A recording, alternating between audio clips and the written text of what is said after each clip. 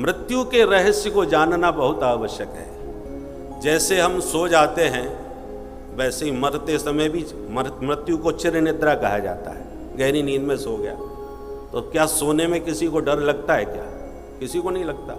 अरे नींद ना आवे तो नींद की गोली खा के लोग सोना चाहते हैं, क्योंकि जितनी गहरी नींद सुसुप्ति अवस्था में हमको प्राप्त होती है, जगने पर हम उतना ही अपने को स्वस्थ और ताजगी में अनुभव करते हैं।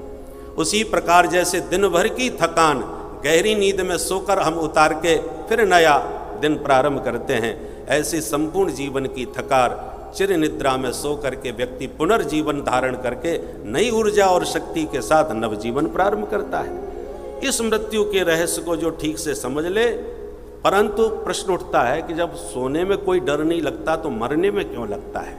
बस एक अंतर है थोड़ा, क्या सोते समय हम संसार को भूल जाते हैं, पर जगते हैं तो पुनः संसार वही मिल जाता है। शरीर भी मिल गया, परिवार भी मिल गया, व्यापार भी मिल गया, जगने के बाद सब कुछ मिल जाता है।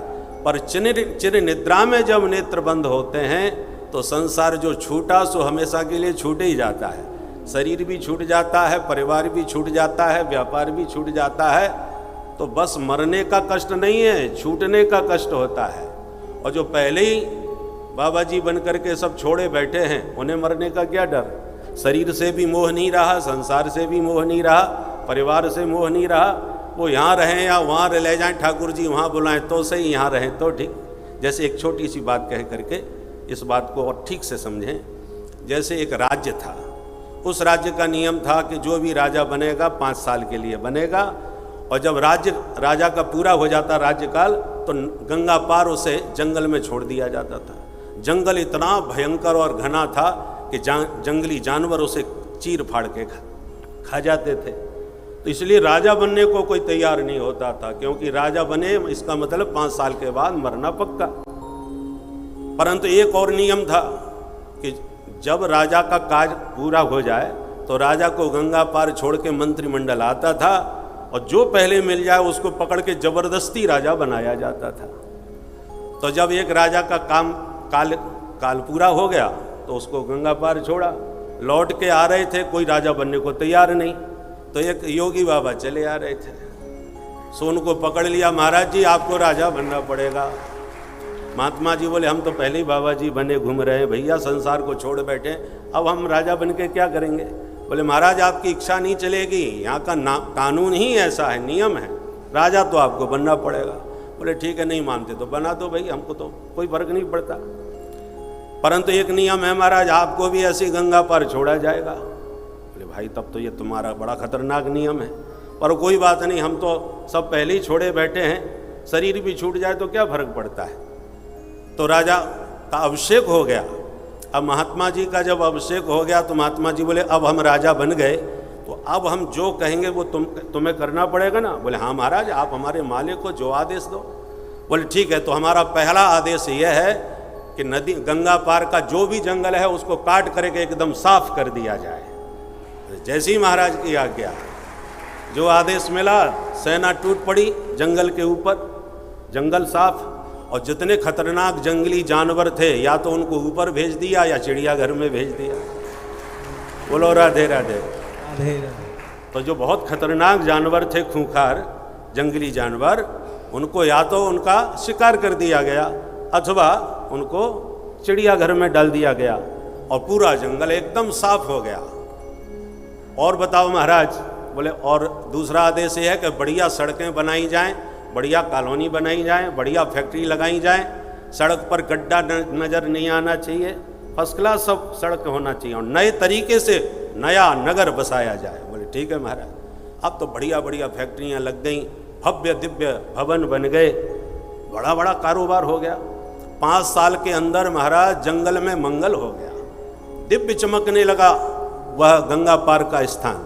और जो 5 साल पूरे हुए तो नियम तो यह था गंगा पार छोड़ा जाएगा। तो स्वयं महात्मा जी बोले अब ये बताओ हमें उधर जाना है कि इधर रहना है? सब मंत्रिमंडल बोले सरकार अब तो दोनों हाथ में लड्डू हैं आपके, उधर जाओ चाहे इधर रहो, यहाँ से ज़्यादा जलवे आपने उधर कर दिए हैं, इसलिए आपके लिए तो अब दोनों ही स्थान दिव्य हैं, आपका जहाँ मन पड़े तहाँ रहो। तो और जो राजा बनते थे वो केवल राजगद्दी को ही संभाल करके मौज मस्ती में नाचने कूदने में ही पूरा 5 साल बर्बाद कर देते थे कि मरना तो है ही, जितना हो सके लूट सको तो लूट। तो उस मौज मस्ती में ही पूरा समय लुटा देते थे। परंतु महात्मा विवेकशील थे, इसलिए उन्होंने गद्दी पर बैठते ही आगे की सोचना प्रारंभ कर दिया, जहाँ जाना है। और जहाँ जाना है वहाँ की तैयारी पहले से थी, और जब पूरी तैयारी हो गई तो अब यहाँ रहो चाहे वहाँ रखो, क्या फर्क पड़ता है। इसलिए मंत्रिमंडल ने पुनः उनको ही सत्ता सौंप दी। बोले महाराज अब आप जैसा नेतृत्व हमारे राज्य को मिल नहीं सकता, जो आपने जंगल में भी मंगल कर दिया। कहने का तात्पर्य है कि जो केवल इस लोक में रह करके इसी लोक के ही बारे में चिंतन करते रहते हैं, और जब मरने की वक्त आती है तब परलोक याद आता है कि अब मरने के बाद हम कहाँ जाएंगे, क्या होगा। तो मरते समय वही घबराते हैं जिनकी आगे की तैयारी नहीं होती। और उस महात्मा की तरह पहले से जो आगे की तैयारी करके चल रहा है और पूरी तैयारी कर चुका है, वो जानता है कि जाना तो है ही उधर, तो उधर की पहले से ही तैयारी क्यों न की जाए। और पूरी तैयारी जिसकी पहले होती है वो मुस्कुराते हुए देह त्याग करके परलोक की यात्रा में जाते हैं। भगवान की प्रतीक्षा करते हैं आदेश की। वो यहाँ रखना चाहें तो यहाँ उनकी सेवा करेंगे, वहाँ अपने पास बुलाना चाहे तो उनके पास भी जाएंगे। क्या डर, क्या भय। इसी प्रकार महात्मा शास्त्र के अनुसार अपना जीवन जीते हैं, इसलिए लोक और परलोक दोनों उनके सिद्ध हो जाते हैं। हम लोग केवल संसार को देखते हैं, जहाँ हमें आगे जाना है उसकी तैयारी नहीं करते, इसलिए मृत्यु हमें डरावनी और भय प्रदान करने वाली प्रतीत होने लगती है।